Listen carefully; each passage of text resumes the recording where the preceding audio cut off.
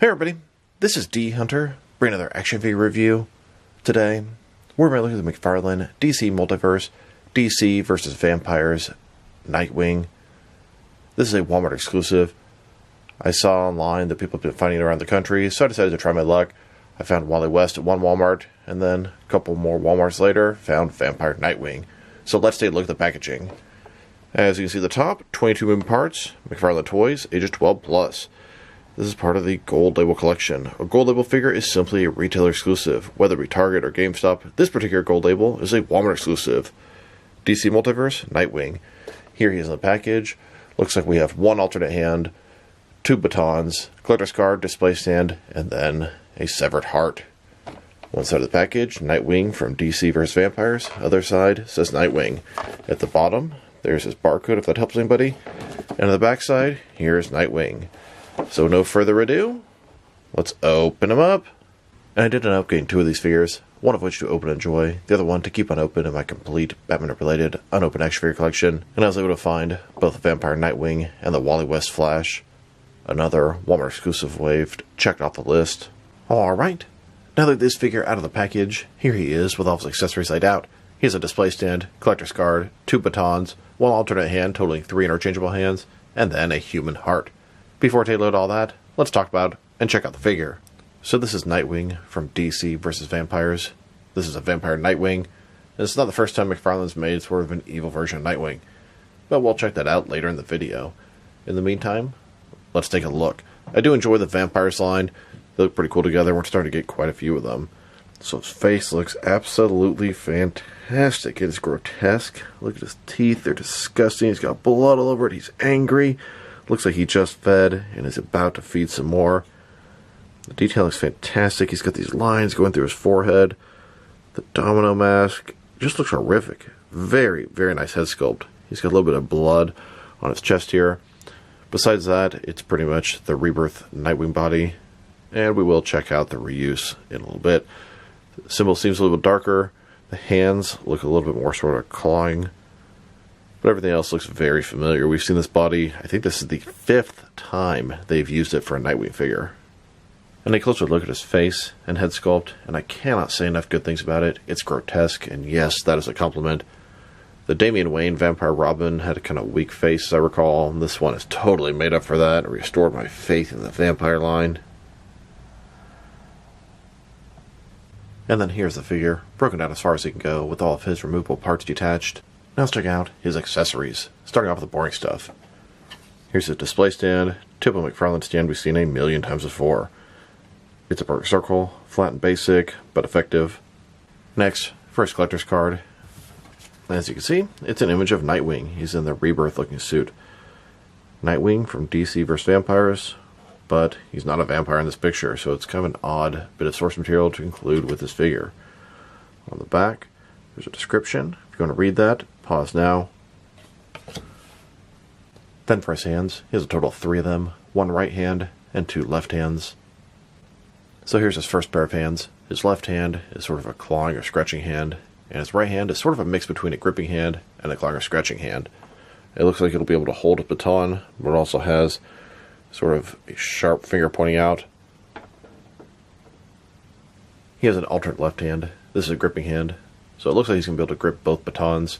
Surprised I didn't give him 2 gripping hands and 2 clawing hands. Pretty sure they've made that for other figures that would fit on this guy before. Now let's look at his batons. Same ones we've seen plenty of times before. Top kind of smooth, and then where he holds it, a little bit textured. Here's Nightwing holding those Eskimo sticks, and here he is, holstering them. Then he comes with a human heart. And I think it's a very interesting accessory to come with. As most of you know, Warner Brothers does not allow DC figures to come with guns in any way, shape, or form. God forbid we influence anybody with violence. But it's okay to have a severed human heart that Nightwing's supposed to eat, sort of mimicking cannibalism. I believe this is actually supposed to be Batman's heart. I think in the comic DC vs. Vampires, Nightwing ate Batman's heart. The sculpt is absolutely fantastic. You can see the different sort of valves and tubes here. Ton of sculpt and detail. Paint is one solid color. Could use some different sort of blood splatters and shades of red. But as a whole, looks fantastic, and I'm put it to a lot of use in my action figure world. Here's Nightwing, holding that still beating heart, about to feast. Now I wanted to check out the differences between this new DC versus Vampires Nightwing and the original Rebirth version. And it's a different head sculpt, different hands, the rest is the same body. So let's take a look. Starting with the heads here, of course, they're completely different. This guy's head looks fantastic, and his looks pretty good as well. As you go further down, it is the same body, same sculpt. The blood is just sort of painted on, no sculpting differences. The blue is much darker on this guy than the original version. As you go further down, the darker blue matches. Everything else is pretty much the same.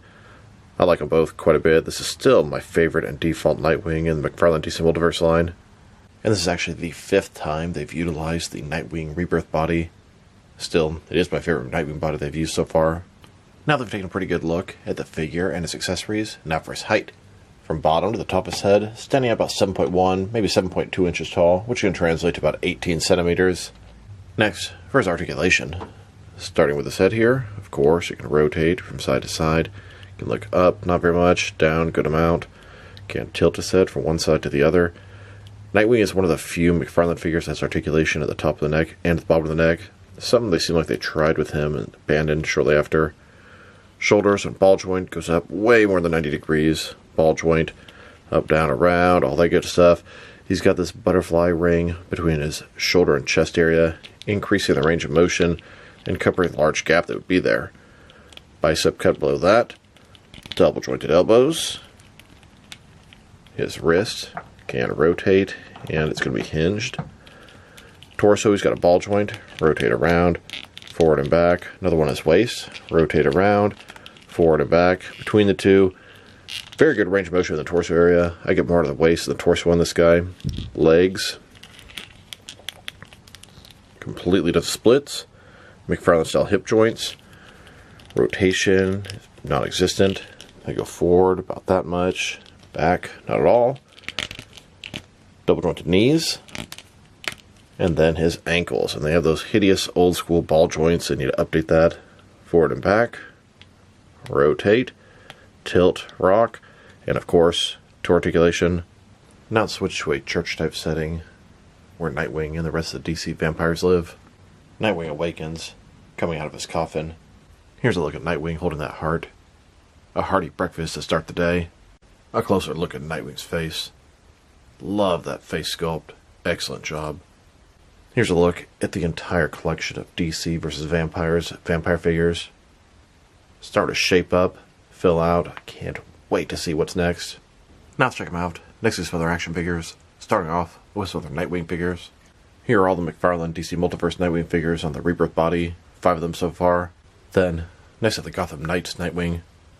Next, with the Titans Nightwing on the John Kent body. And now, next to McFarlane's Nightfall Nightwing. Here are all the McFarlane DC Multiverse Nightwing figures. We have 8 so far, and I'm sure we'll be getting more in the future. And here he is, next to all of my DC Direct and DC Collectibles Nightwing figures. And a closer look at the Vampire Nightwing, next to the Zombie Nightwing. Then, with all of my Mattel Nightwing figures. And now, next to the Mafex Nightwing figure. Now let's check them out. Next to some of the McFarlane DC Multiverse figures. Here are all the different McFarlane DC Multiverse Nightwing figures they've made. And these Multiverse figures are also Dick Grayson, finding the Frozen Robin, and the old school Dick Grayson Robin. Now let's check them out with some other McFarlane DC vs. Vampires figures. Here's the Vampire Bat Family, Batman, Nightwing, and Damian Wayne Robin. And here he is, with some other Vampire DC heroes, Superman and Green Lantern. And then of course, we also have the Vampire Joker. Here's McFarlane's entire DC vs. Vampires toy line. I think the collection is really cool. The figures are unique. Some are very grotesque, and I like it. Not sure who's coming next, but I can't wait to find out. They seem to all be Walmart exclusives, and I imagine that trend will continue. Now let's check them out. Next to some other recently released McFarlane DC Multiverse figures. Here he is, next to the Wally West Flash. These guys are part of the newest wave of Walmart exclusive gold label figures. And then here are the 2 most recent Walmart exclusive waves.